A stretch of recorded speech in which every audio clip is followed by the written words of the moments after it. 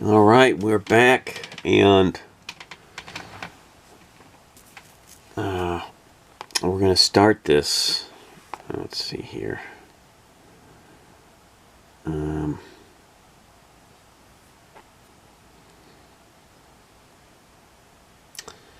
the first paragraph,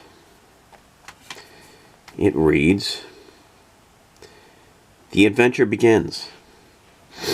You are a gunslinger who has been living a hazy existence. Your brief time in this world has been mostly spent on the outside of the law, killing, stealing, carousing with undesirables, living a dangerous life full of excess and violence.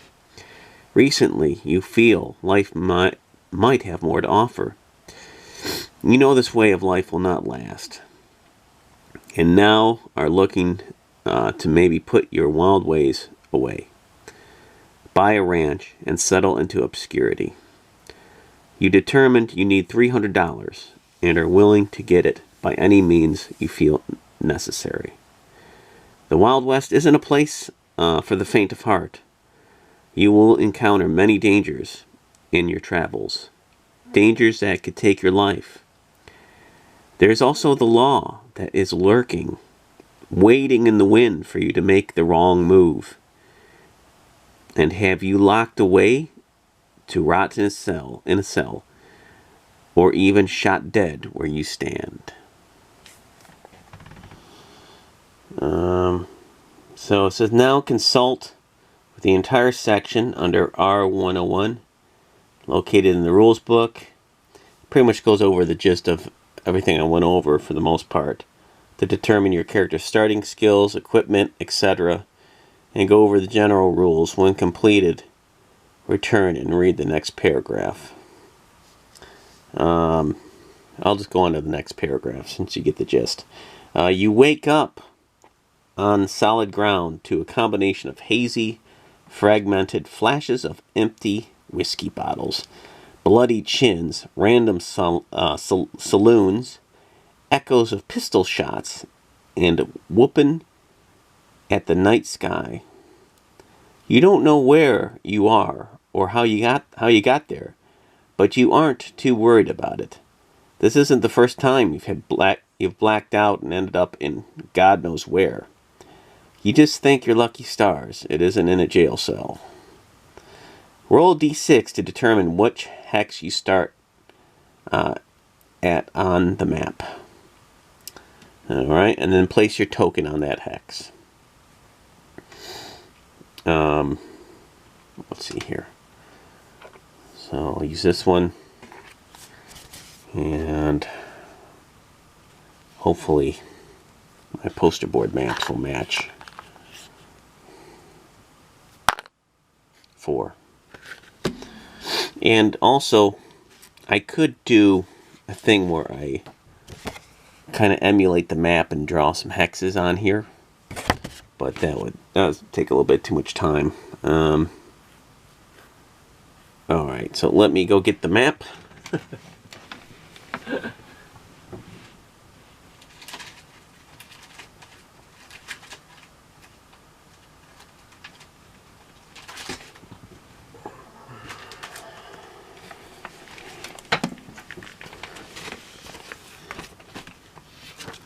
Okay, so roll the 4. I start at 3, 7. So you look at the map. These are all, oh, here we go. 3, right here. 3, 7 right here. I don't know if you can see that. Too much glare. But anyway, seems to be in the mountains. And I don't know if I have a mountain ground. Maybe I do in my, yeah, I do in my middle, my Dungeons and Dragons tile. So let me grab one of those tiles, which is going to be a color tile.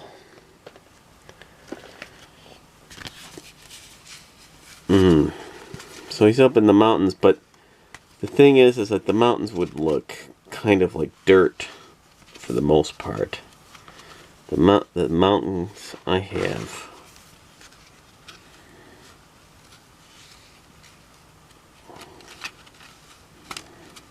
this looks more like concrete, but I'll use this since this is actually kind of a dungeon floor, but close enough.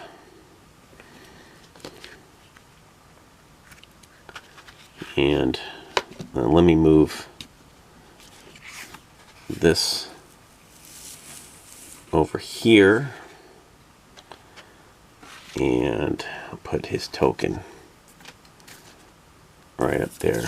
He woke up hazy in the mountains. Alright. Sorry about the glare. Not much I can do about that. Alright, let me read the rest. You gently groan, shake off your dusty hat, climb aboard your horse, and set off to seek your destiny in the Wild West. So you start off with a horse. Choose an available action, R101A, located in the rules section. So there's something I didn't go over quite yet, and that's actions. Drifter is a realistic adventure game. You play the game in turns. One turn equals at least one full day. A turn is always made up of an action and at least one event from the event book. Each turn starts with selecting an action, such as traveling to a new hex on the map.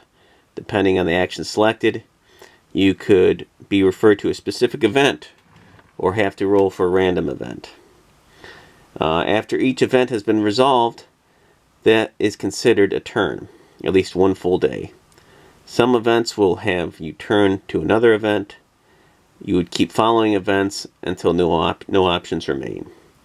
When no options remain, then you move on to the next day. Doing it all over again. Choosing an action, resolving that action, encountering another event. Some actions will instruct you to go to a specific event in the events booklet, and some actions have you roll on a random event. Events table A.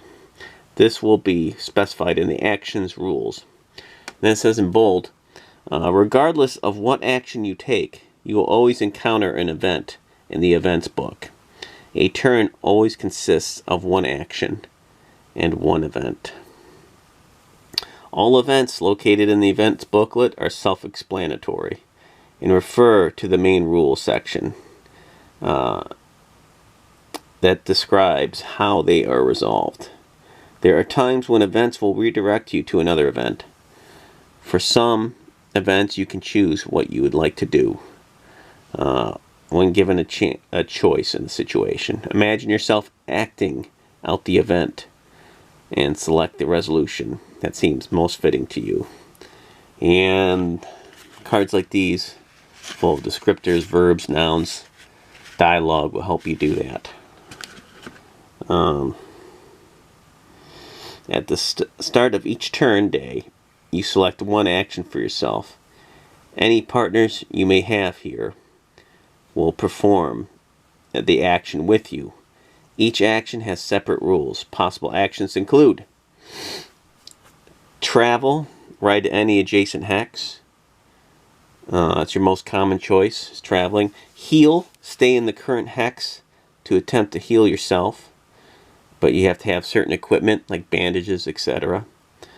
Part ways, stay in the current hex and willingly disband with a partner. Requires you actually have to have a partner. So those are your three actions. Actions allowed only in certain types of hexes. Point of interest. Only one hex that contains a known point of interest. Oh, only on a hex that contains a known point of interest. 2. Enter a town. Only a hex with a town. Makes sense, right? Actions allowed only in combat. Flee. Attempt to escape combat. Okay. Okay, so there you go. So let's go back to where we were, and let's see here. Heal points of interest. Let's go back to the start. So it's E001. Most of the time the hyperlinks work pretty good on the PDF. It skips you right over there. So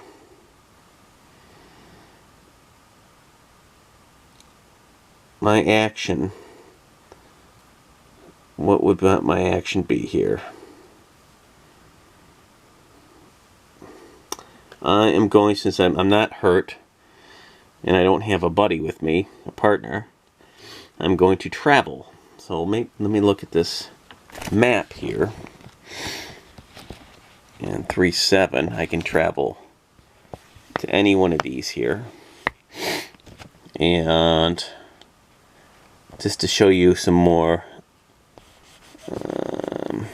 diversity in the nature, let's go to the forest section. Notice they have one tree, so it's a little light. So I'll go to 4-7. So there wasn't really, let's see here, was it anything that happened? Yeah,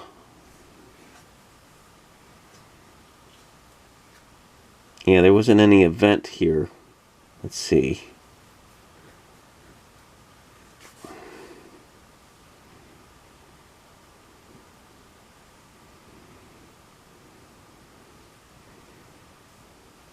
Yeah, there wasn't really an event, so okay, so I will travel. Let me show you guys. Let's see if I have it handy real quick.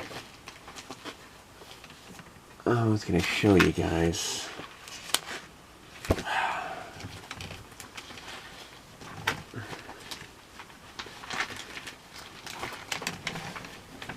Yeah, this is it right here. There's a lot of pages to manage in this game. That's the only thing. I'm going to be going through pages a lot. So when I was printing everything out, these are all the events. This is the events table right here. See, all the different suits. And these are all the hyperlinks that you go to in the PDF, or the entries that you go to in the book. It's a lot. Dare I say, you might be able to customize some of these and add entries yourself if you really wanted to, you know, have some fun with it, I guess. That's a whole nother video. So I'll travel, so right to any adjacent hex, so I'll tap on the hyperlink R101B. Travel new hex.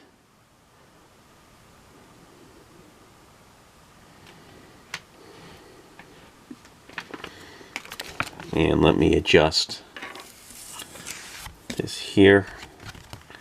And since we're in the mountain territory, I'll use my new black and white map.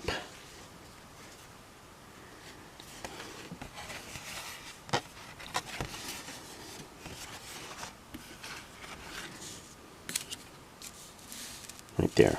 Gives you something to look at. Alright. Now, you spend a day traveling. This would be day 2.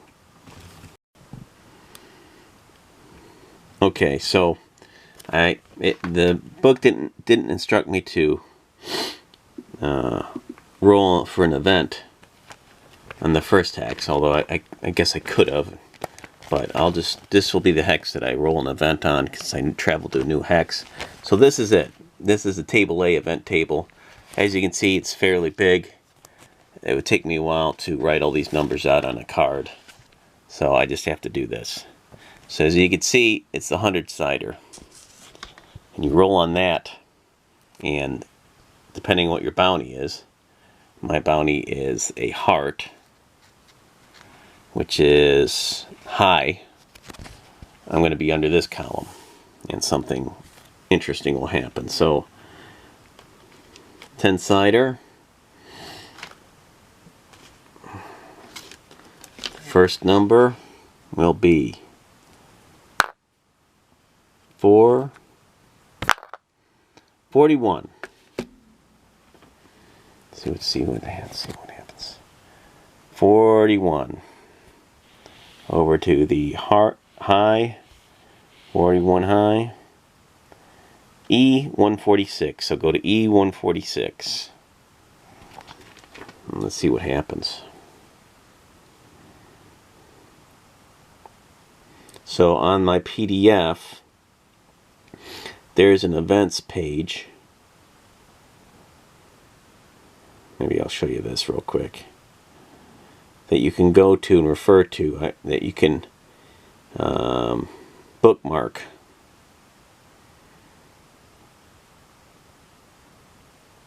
And it's around here somewhere.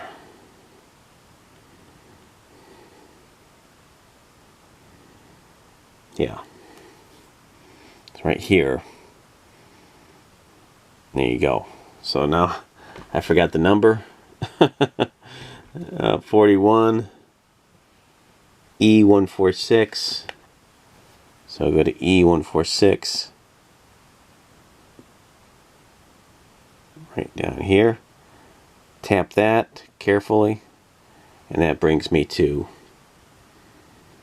the page where I'm at. Revenge. You are confronted by someone who wants revenge for a past offense. Roll a d10. Oh, we're going to get into it now. Already, so soon. So I'm going to use this red chip as an enemy token. And Blake's been a bad boy. Let's see here. So roll on the d10. Let's see what happens on the table. 6.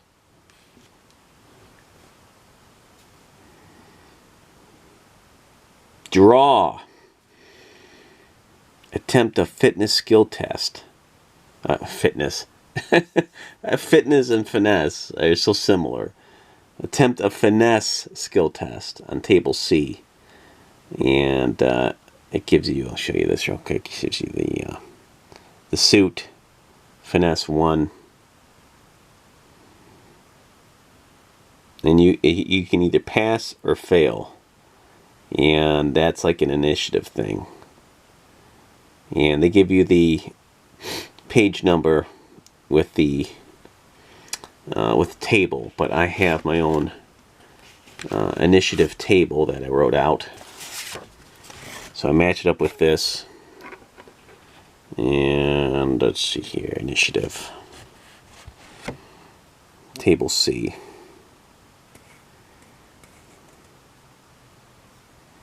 And wait a minute, this is table C. It's a skill test. So it's not this one. It's not that table. So it's actually this one right here. Okay, so I got to pass the skill test first. Alright.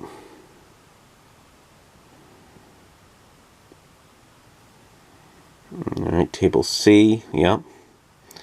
And diamond. And roll. Roll, roll, roll.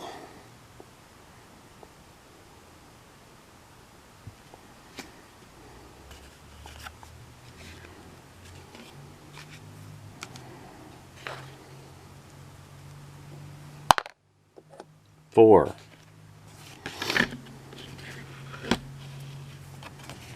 So 4. That's a fail. Okay. Now I'm trying to remember if I add my finesse score to that.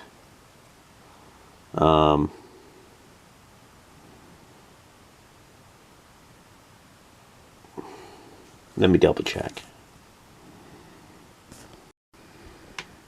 Okay, I checked, and you do add your finesse score to this. So I rolled a 4.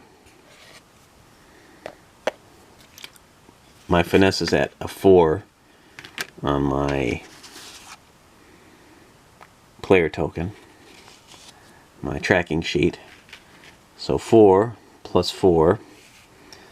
But it also says on this table, as you can see here, finesse -1. So it's actually, instead of a finesse being a natural 4, it's a 3, because I'm minusing the 1. So 3 plus the rolled 4 is a 7. So I check on here to cross-reference. It's actually 7. And I go over here on the high heart, because that's where my suit is. Pass. So I passed. So what's the result now of having passed that test? Good job, Blake. You get your shot off first.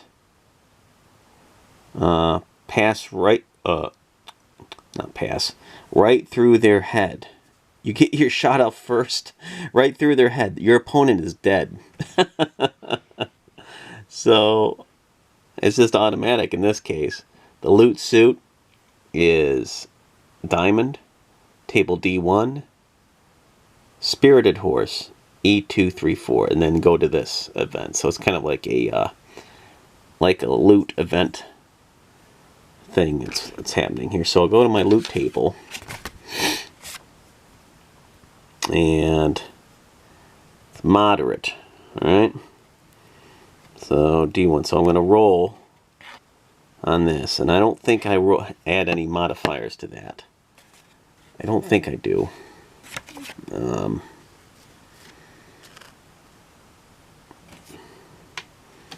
So let me roll.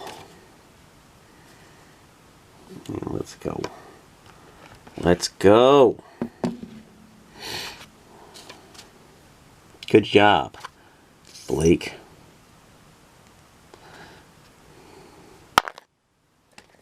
That would be a 10, which is good. I think you want to roll high on these loot tables. So moderate 10. Okay, ace. So for queen, king, and ace results, roll on table D2 loot event, which I have right here. So roll a 6-sider, and it's under this right here. So I'll roll the 6-sider. I got a 3. So 3, and is that an ace? I got $20. Not bad. And a spirited horse. So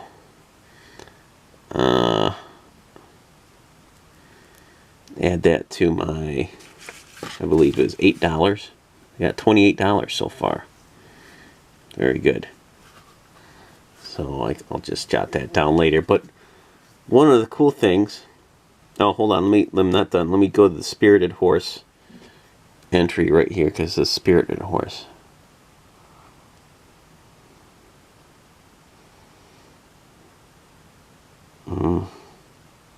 Okay. Spirited, I'll read it for you.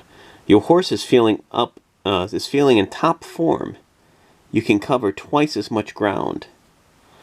If your next action is a travel action, you may move 2 hexes instead of the usual one. Okay. So that will be my next action. But let's say, okay, all that happened. I want a little bit more detail, a little bit more flavor. So in that case, you can use a mythic card, an adventure crafter card. In this case, I'm using my friend's Onan cards, which are one of a kind. And I'm going to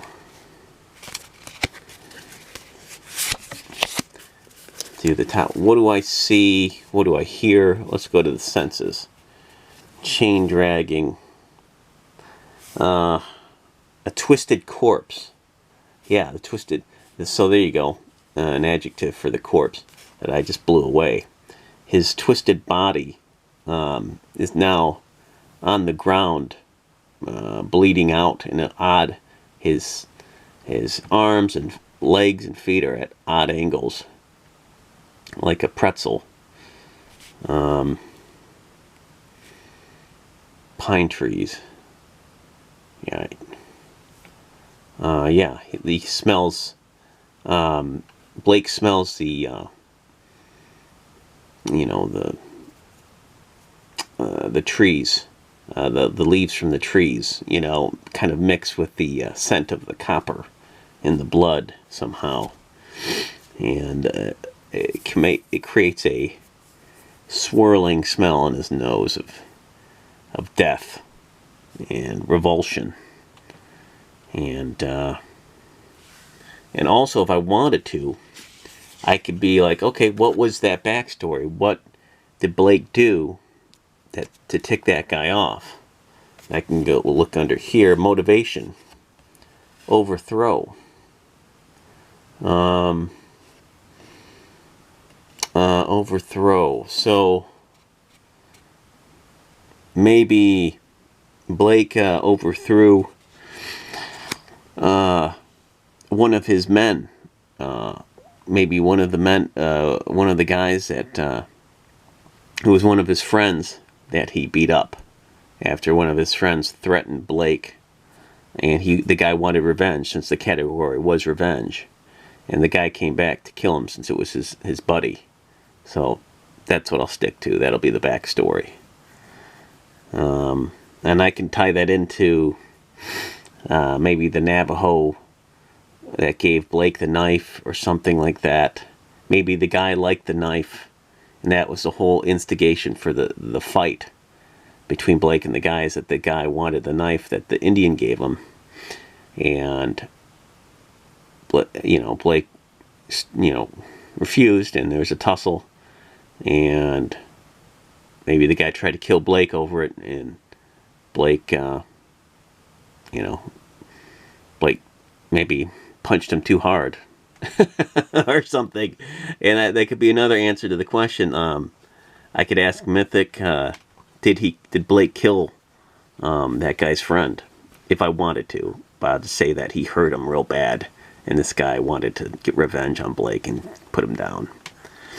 Okay, so there we go. There's a little backstory, and I can write that on part next to my notes of interest. All right, so let's do one more event, and let's see what happens next, because this is getting interesting now. So I can go 2 instead of 1, cover twice as much ground. So let's say, I'll use the candy cane here. Yeah, see, and there's a stream, so that's good. I drew a stream in that map. He's gonna go 1, 2, and that'll put him in the mountains again. Okay, and then I'll roll for an event at 4-8. Now I should be documenting what happened there, and I will. But let's, for the sake of keeping things moving, I'll go to 4-8. And I, use either that same card, the character card that I wrote up, or a different card if I wanted to. And let's see what happens here. So 4-8.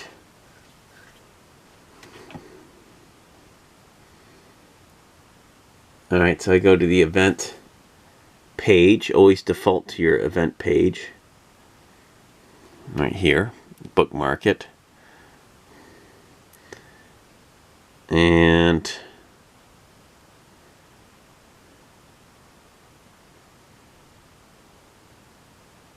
actually, I forgot. This is the page. This is the one. You gotta kind of keep table A. Go back to your tables. So roll. And let's see what comes up. 100-sider. 4. I've been rolling a lot of 4s today. 46. Alright, 46. And E149. E149. So I go to that table.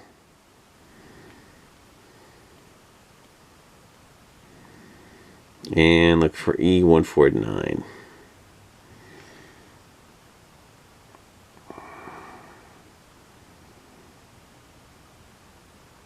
And let's see what comes up. Monastery. A group of monks have opened their doors to the public. Roll a d10. So here, I'll get rid of this here. I could put,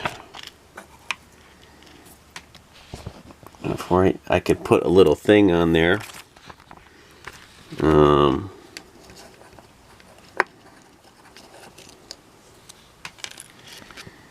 Let's see. And they don't have a church one. At least I don't think they do. That could be one I make. Is a little church monastery symbol. And I could put that right here with some kind of, you know, poster tape. Yeah, right there. Yeah. And so there's a monastery in the mountain, or around the mountains. So let me get the mountain thing up.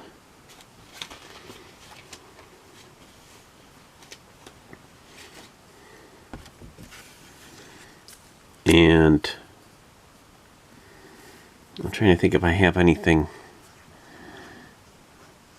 You know, I do have like a wooden floor I can use if I want to do that for the inside of the church. But I don't know if he's in it yet or not. So let me roll on the table and see what comes up. 8. See what happens on the table here. You meet with a monk. Attempt a hunch skill test. Table C, diamond, hunch -2. Okay. So, hunch skill test. So, go to the skill test.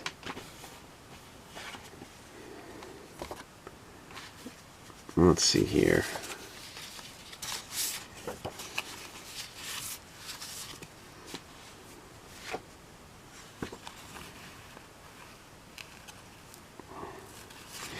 I'm trying to remember if the hunch skill test is different.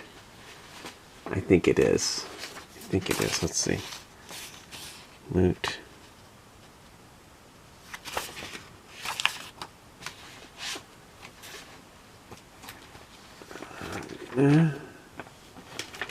Let's see, there's a lot to flip through. That's the thing.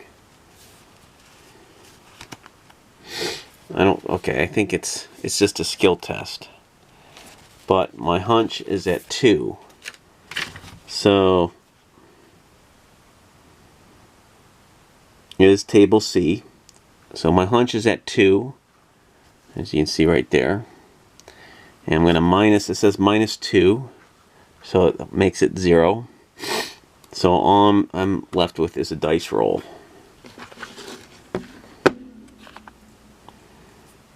Okay. And on that table, yeah, I roll, it's a 1d10. Ooh, 1. That's not good. So I failed. Failed that. Let's see what happens. It says, you confess your sins, but he doesn't trust your piety. Bounty suit up 1. Ooh. So, now my bounty is at the spade, which is the highest bounty. So it's going to be even more dangerous for me. And which will make for an interesting game, at least. Last time I played, my bounty was pretty low, for the most part. So that's a good place to stop. And I can say, okay, he's inside the church right now at confession. I can bring in you know, an NPC token, but I could just use a poker chip here, you know, and he's confessing there, and he doesn't trust his piety, and his bounty goes up. So maybe Blake was talking about what had happened, the scuffle over the knife, and he doesn't trust Blake. He thinks Blake overreacted, and that Blake is a dangerous outlaw. And if I wanted to, I'd do another card for more ambience, more nuance, and to set the scene a bit more. And motivation, revenge. It was about maybe the confession was, yeah, Blake was confessing that he just shot a man that tried to kill him over revenge. Yeah. A chilly wind goes through the church doors right around this time. Somewhere he could smell something burning. That could be a metaphor for later on. And I could just use those. And I can write that down in the details of the points of interest. So there you go. I think that's a pretty decent little intro to the Drifter. Let me know what you think. And yeah, this was a longer video. This is one of my longest.